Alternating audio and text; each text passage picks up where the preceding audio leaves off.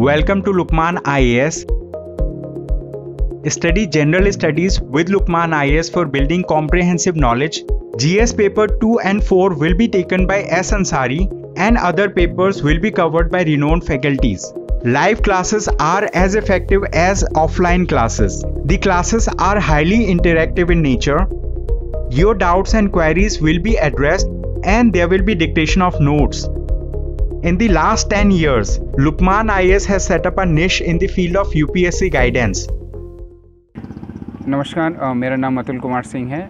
मेरा UPPCS 2021 में चयन हुआ है प्रथम स्थान पर और मैं दिल्ली नॉलेज ट्रैक के माध्यम से आज आप सभी लोगों से अपना अनुभव साझा करना चाहता हूँ। पहले मैं अपना कुछ बैकग्राउंड बता दूँ। मैं मूल रूप से प्रतापगढ़ जनपद का रहने वाला हूँ। हम लोग का अराउंड 30 ईयर्स से इलाहाबाद में सेटल्ड है और मेरी स्कूलिंग JIC इलाहाबाद से हुई है। फिर IIT खड़गपुर से मैंने ग्रेजुएशन किया है, बायोटेक्नोलॉजी में BTech किया है और उसके पश्चात MNC में मैंने अराउंड 4-5 ईयर्स वर्क किया है। फिर UPSC की preparation because of good work profile, in search of good work profile I started exploring और मुझे UPSC काफ़ी अच्छा ऑप्शन लगा। वहाँ पे UPSC में मेरा इंडियन फॉरेस्ट सर्विस में 2 मार्क्स से सिलेक्शन नहीं हुआ था 2017 में। फिर मैंने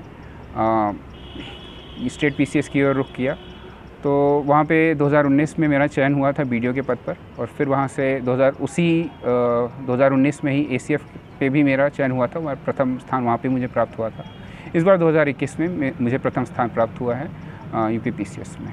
जहाँ तक मेरे फैमिली बैकग्राउंड का सवाल है, मैं बेसिकली मैरिड हूँ। आई हैव 2 किड्स और मेरे फादर रहते हैं मेरे साथ। माताजी का मेरा देहांत हो गया था पिछले वर्ष और हम जॉइंट फैमिली है। हमारे दीदी जीजा जी वो भी सब साथ ही में रहते हैं। हम लोग इलाहाबाद में ही हैं सेटल सारे लोग। तो ये मेरा थोड़ा सा ब्रीफ बैकग्राउंड हो गया। इलाहाबाद में हम लोग यहाँ पे रहते हैं, फैमिली बैकग्राउंड वो सब उससे मैंने आपको अवगत कराया।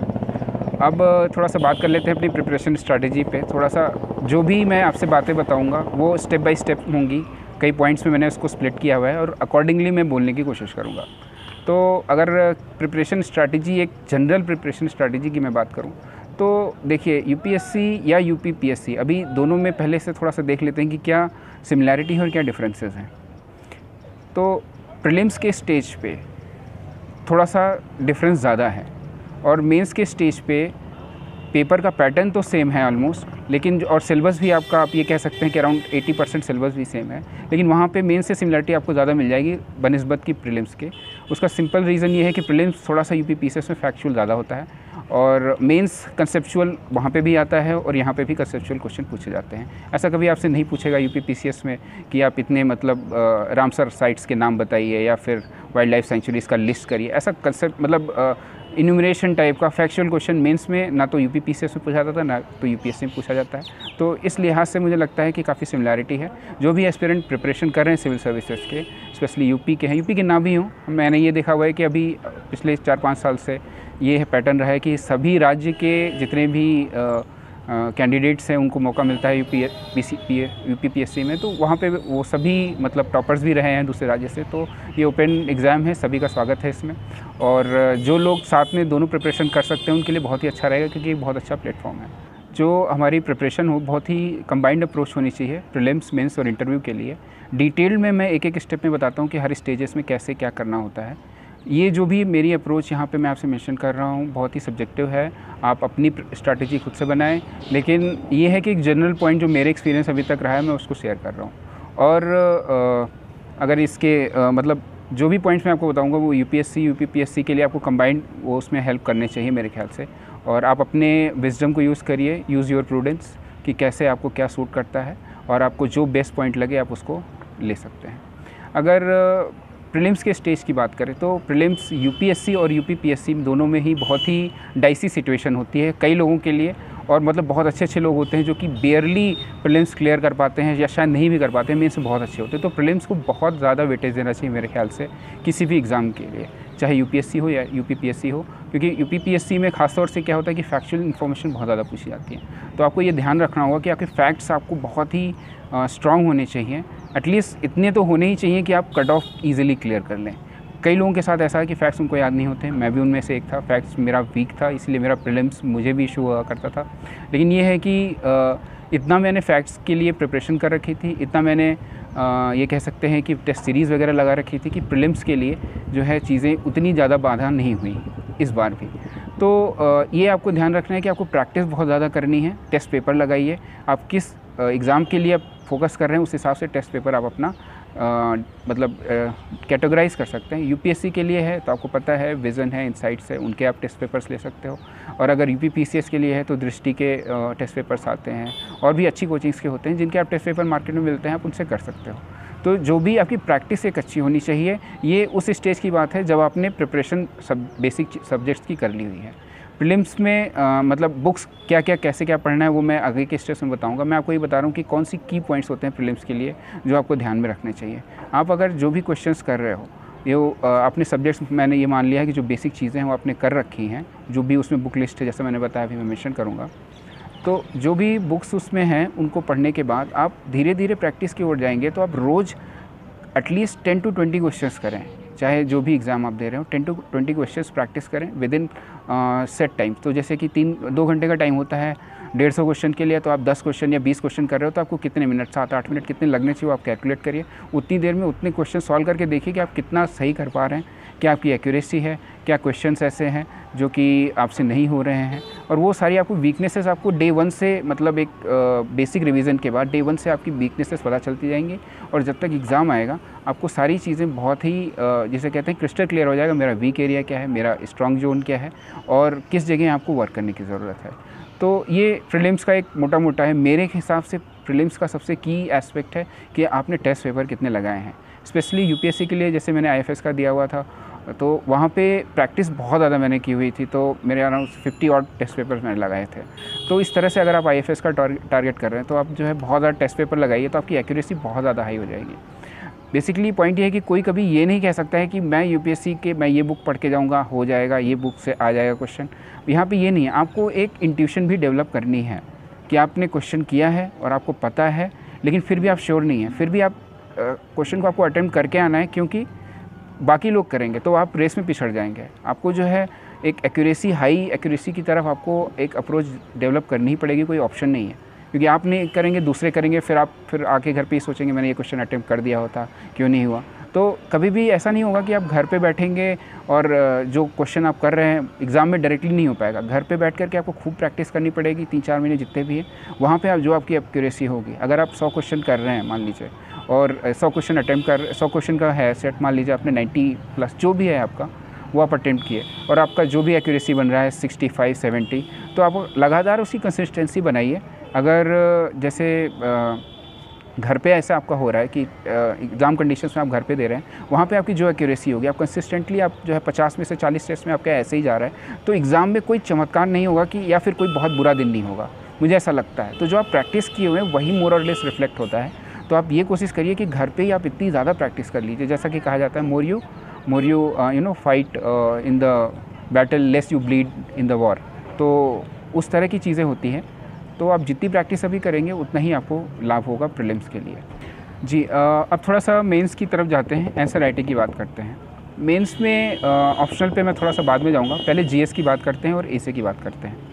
तो जैसा कि आप सभी को पता होगा कि एसे का एक पेपर होता है यहाँ पर यूपीपीसीएस में, यूपीएससी में भी होता है, और 4 पेपर होते हैं जीएस के। तो वहाँ पे आंसर राइटिंग बहुत मैटर करती है। 2 चीज़ें आंसर राइटिंग बहुत इंपॉर्टेंट हैं, एक तो आपका कंटेंट और एक आप कैसे उस कंटेंट को प्रेजेंट करते हैं। कंटेंट होना सबसे, जिसे कहते हैं ना कि प्रीलिमिनरी प्री रिक्विजिट है इस एग्ज़ाम के लिए, और उसके बाद फिर उसको ब्यूटीफाई करना डायग्राम्स के माध्यम से, फ्लो चार्ट के माध्यम से, कोटेशन के माध्यम से, फैक्ट्स, फिगर, डेटा, ये सब ब्यूटिफिकेशन ये आंसर राइटिंग में उसको और ज़्यादा आपके कंटेंट को और ब्यूटीफाई करता है। तो इस तरीके से आपकी अप्रोच इस तरह से होनी चाहिए कि दोनों का एक कॉम्बिनेशन हो। कभी भी कोई ऐसा मतलब नहीं होगा उचित कि आप सिर्फ कंटेंट पे ही फोकस करते जाएं और आपका प्रेजेंटेशन ख़राब हो, या फिर ऐसा हो कि आपने सिर्फ जो है प्रेजेंटेशन ही दे दी है, ढेर सारी बहुत अच्छे से लिखा है और कंटेंट ज़्यादा हो। आइदर केस मुझे नहीं लगता कि बहुत सही होगा। आपको एक मध्यम मार्ग लेने की कोशिश करनी चाहिए। अगर आपका दोनों बैलेंस है तो आपका जो है ओवरऑल मार्क्स आपके उठेंगे।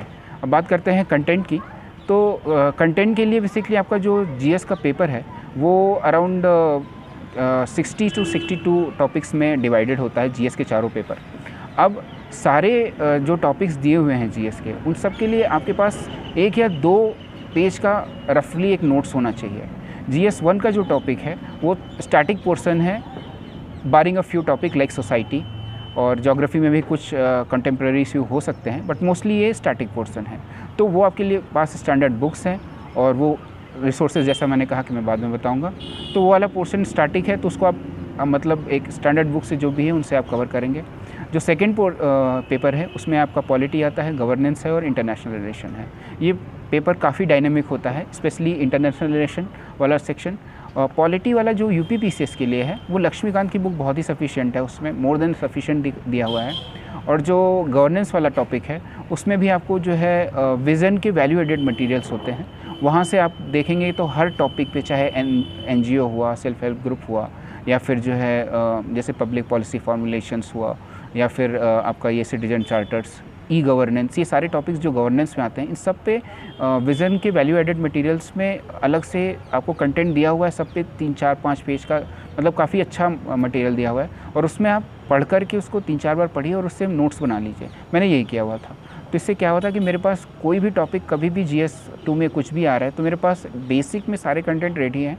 कोई बहुत बाउंसर क्वेश्चन आ गया तो मैं अकॉर्डिंगली हैंडल कर सकता हूँ based on my wisdom and current affairs जो मैंने किया हुआ है। तो अगर आपने उतना चीज़ किया हुआ है तो इससे आपका अनप्रेडिक्टेबिलिटी क्वेश्चन पेपर में ख़त्म हो जाती है। जीएस में 20 क्वेश्चन होते हैं, 10 मार्क्स के छोटे और 10 क्वेश्चन छोटे और 10 बड़े क्वेश्चन होते हैं, 8 और 12 मार्क्स के यूपीपीसीएस में। तो आपको क्वेश्चन कंप्लीट भी करना है चारों पेपर में। अगर आपको इंटरव्यू कॉल चाहिए, आपको अच्छी रैंक चाहिए, क्वेश्चन छोड़ के आना I think would be a blunder. आप क्वेश्चन को पूरा अटेम्प्ट करिए, अच्छे से अटेम्प्ट करिए, अच्छे फैक्ट्स और मतलब कंटेंट के साथ अटेम्प्ट करिए, लेकिन प्री रिक्विजिट अटेम्प्ट करना होना चाहिए। क्वेश्चन आप छोड़ के नहीं आ सकते हैं, कभी भी क्वेश्चन छोड़ के मत आइए। ये चारों पेपर के लिए अप्लाई होता है। इनफैक्ट ये मुझे लगता है कि सारे ही पेपर के लिए अप्लाई होता है, क्योंकि सब्जेक्टिव जब आप एग्ज़ाम दे रहे हैं तो वहाँ पर ये कोई नेगेटिव मार्किंग का स्कोप नहीं है।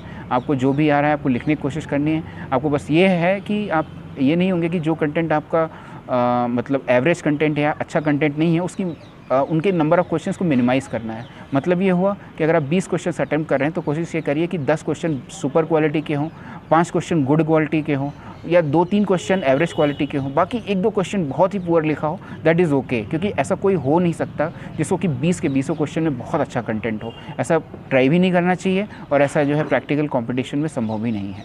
तो जितना मतलब दिन आपका अच्छा हुआ तो हो सकता है आपको सब आता हो, मैं ये नहीं कह रहा हूँ, लेकिन अगर आपका जो है जिसे कहते हैं ना कि hoping for the best and preparing for the worst, उस अप्रोच से मैं बता रहा हूँ, तो वहाँ से आप इस तरीके से आपको रखना है।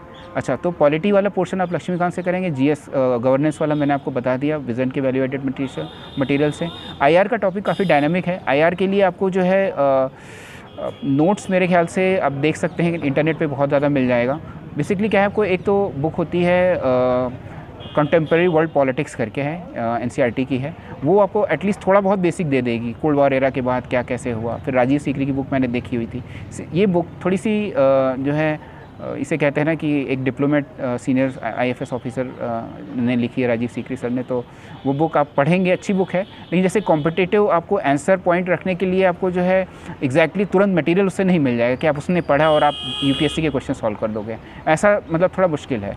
तो आपको क्या करना है, एक बैकग्राउंड बनाना है, चीज़ें जैसे करना है जैसे किसी ने कभी कुछ किया नहीं है तो मैं उसके हिसाब से बना रहा हूँ। तो वहाँ पे भी आपको यही करना है कि आपके जो भी इंडिया के रिलेशंस हैं सारे नेबर्स के साथ, जो भी इंडिया ग्रुपिंग का पार्ट है, वर्ल्ड पॉलिटिक्स में क्या हो रहा है, वो सारी चीज़ें आईआर में आती हैं, तो आपको अकॉर्डिंगली प्लान करना है। DKT state PCS.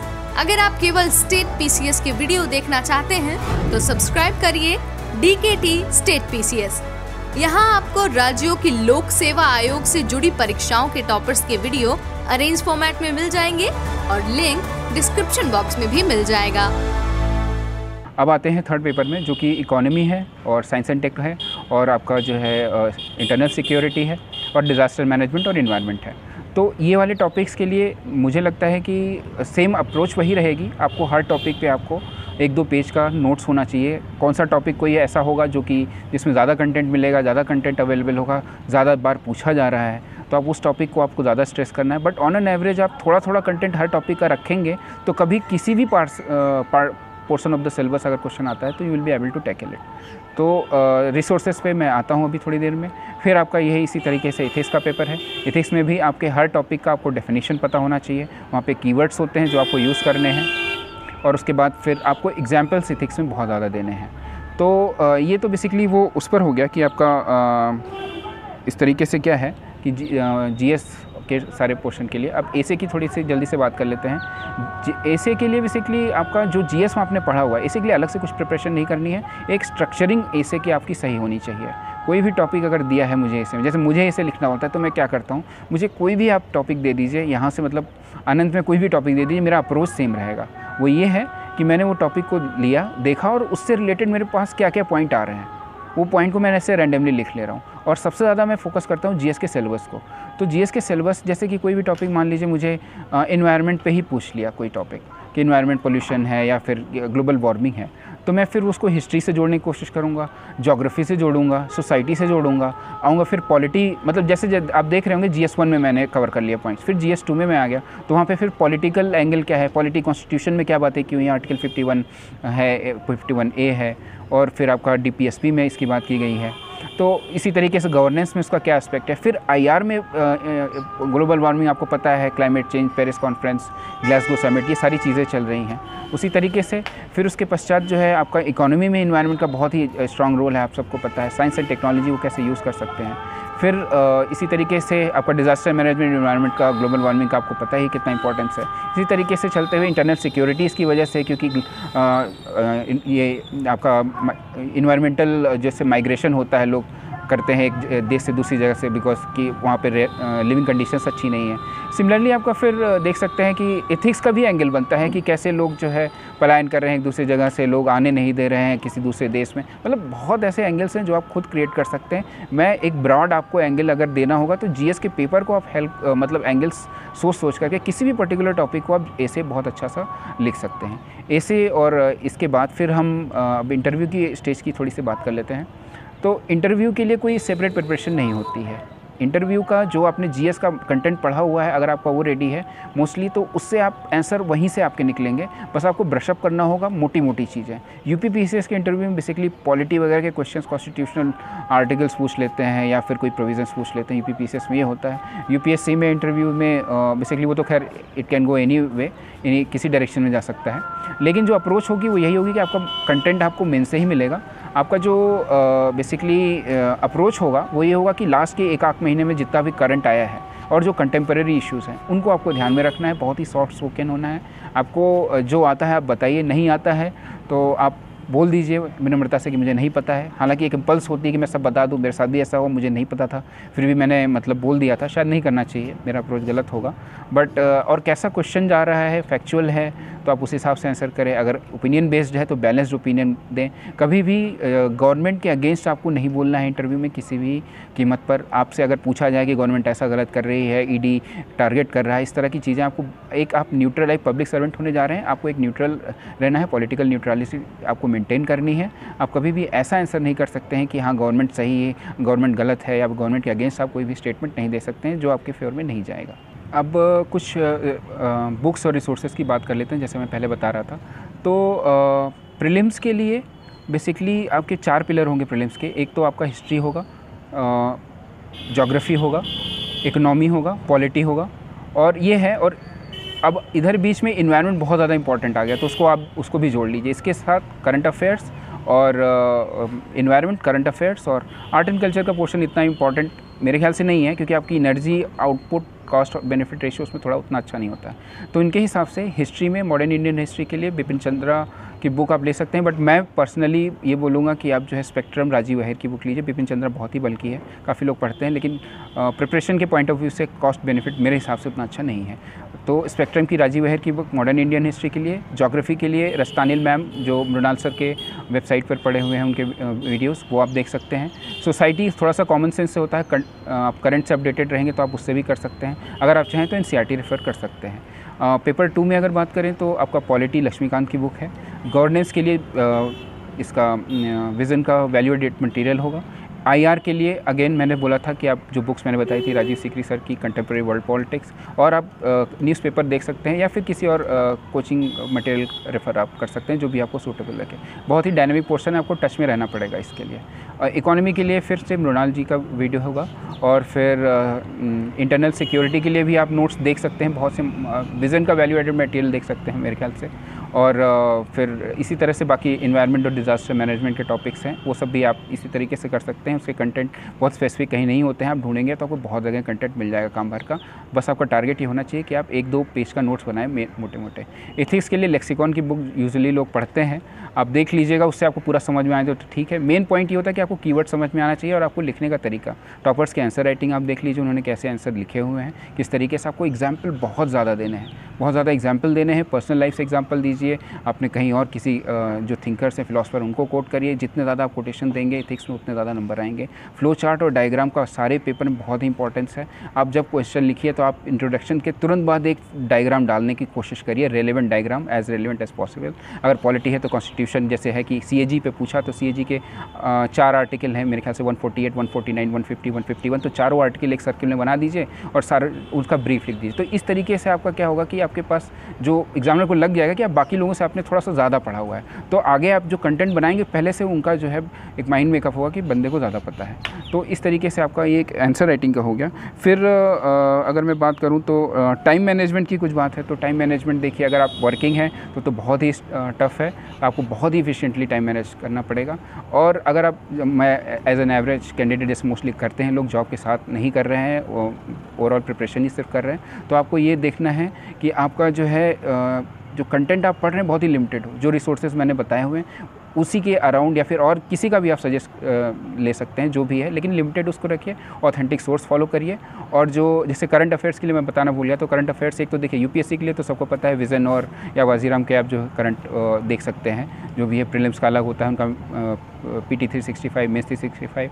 UPSC के लिए अगर मैं बोलूँ तो जो प्रीलिम्स का कंटेंट उनका होगा उसके लिए करंट के लिए मैं घटना सार में बोलूँगा, और जो मेंस के लिए घटना चक्र का जो उनका निकलता है 5-6 वॉल्यूम में, वो हिंदी और इंग्लिश दोनों में आता है, वो मुझे सही लगा था। तो क्योंकि शॉर्ट में काफ़ी चीज़ें बहुत अच्छे से प्रिसाइजली उन्होंने कवर किया घटना चक्र में। इनफैक्ट काफ़ी क्वेश्चंस भी आए थे इस बार पेपर 1 और 2 में वहाँ से। तो ये आपका उससे हो गया। टाइम मैनेजमेंट आपको उस हिसाब से करना है, बहुत ही प्रिसाइजली आपको पढ़ना है, कम चीज़ें पढ़नी है।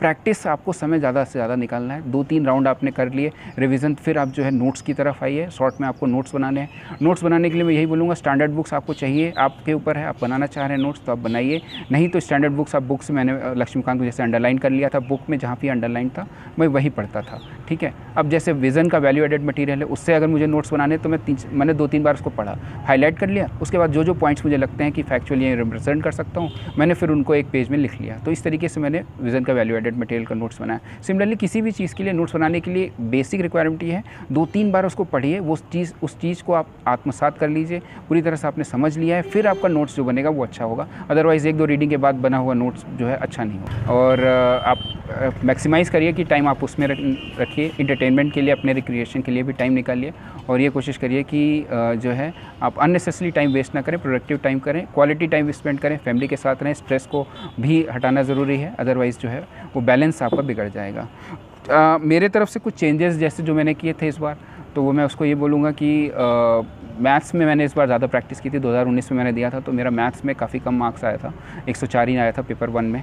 तो इस बार मैंने काफ़ी मैथ्स की प्रैक्टिस की हुई थी, तो मेरी एक्यूरेसी बहुत हाई थी, तो वो चेंज मैंने पर्टिकुलरली अपने ऑप्शनल में किया था। GS की स्ट्रैटेजी मोर और लेस जो आपसे मैंने शेयर की है वही है।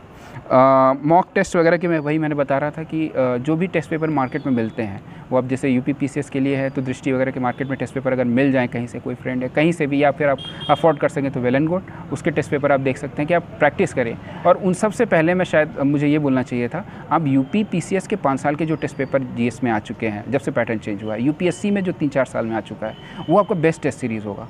उसको आप जो है पहले क्वेश्चन देखिए मत, सीधे आप उसको सॉल्व करिए, फिर ना हो पाए तो आप देखिए कि क्या पूछा गया, वो मेरे ख्याल से शायद बेस्ट टेस्ट सीरीज़ होगा। उसके बाद अगर आपको और प्रैक्टिस करनी है तो आप किसी और कोचिंग का देख सकते हैं, और फैमिली के साथ टाइम स्पेंड करिए। जो भी आपको whatever makes you fresh and alive, you should do it. कोई भी कंपल्सन नहीं है, ओवरडू किसी चीज़ को मत करिए, एक बैलेंस अप्रोच के साथ आपको यहाँ पे वो करना चाहिए। कोचिंग की अगर बात करें तो देखिए, कोचिंग बहुत ही सब्जेक्टिव चीज़ है।